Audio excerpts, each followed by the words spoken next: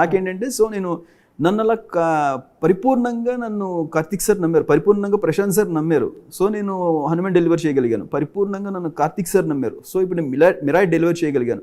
నన్ను అలా పరిపూర్ణంగా విశ్వప్రసాద్ సార్ నమ్మారు. సో విశ్వ సార్కి నేను ఇప్పుడు I'm committed to 3 other more projects in PMF. దీని తర్వాత సో యా ఆల్రెడీ స్టార్ట్ అయిపోయి ప్యారల్గా అవుతుంది అది. అంటే ఇంక ఈ హనుమాన్ ఇది మిరాయి ఇంకా పోస్ట్ ఆల్మోస్ట్ అయిపోవచ్చింది, ఇంకా I'm going to deliver the last thing అన్నప్పుడు నేను అది జాయిన్ అవ్వడం జరిగింది.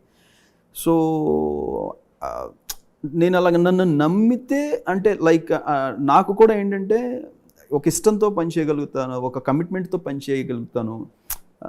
నాకు ఒక క్రియేటివ్ ఫ్రీడమ్ అనేది దొరికినప్పుడు మనం ఏమనుకుంటున్నా కూడా దాన్ని ఎక్స్ప్రెస్ చేయగలిగే స్పేస్ దొరికినప్పుడు డైరెక్టర్స్తో కానీ without any ego, if we are going to work that output will be like something majestic అండి. అది ఒక చాలా ఎపిక్ ఉంటుంది ఆ అవుట్పుట్ ఎప్పుడైనా సరే అది.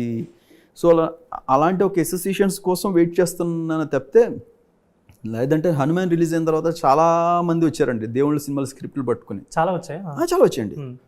నాకు ఏది కూడా చేయడం ఇష్టం లేదు.